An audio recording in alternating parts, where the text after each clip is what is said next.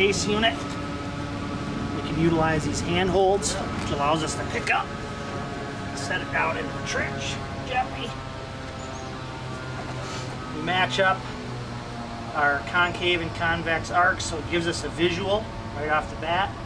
If we're too high, I can also take the hand holds, scratch myself down in there.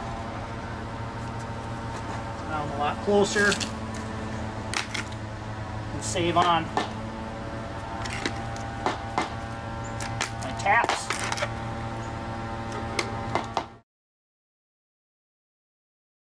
Some guys like to have smooth sand, and that's where the hand holds come in handy again. Allows you to gently place this down. You can just kind of set it, and we get it level right off the bat with no tapping because the sand is already level. Okay. So we also design these insets into the block so that if we are tamping down into gravel or sand, they actually can grab the material and kind of hold it in place so it's not bouncing all over when you're setting them up.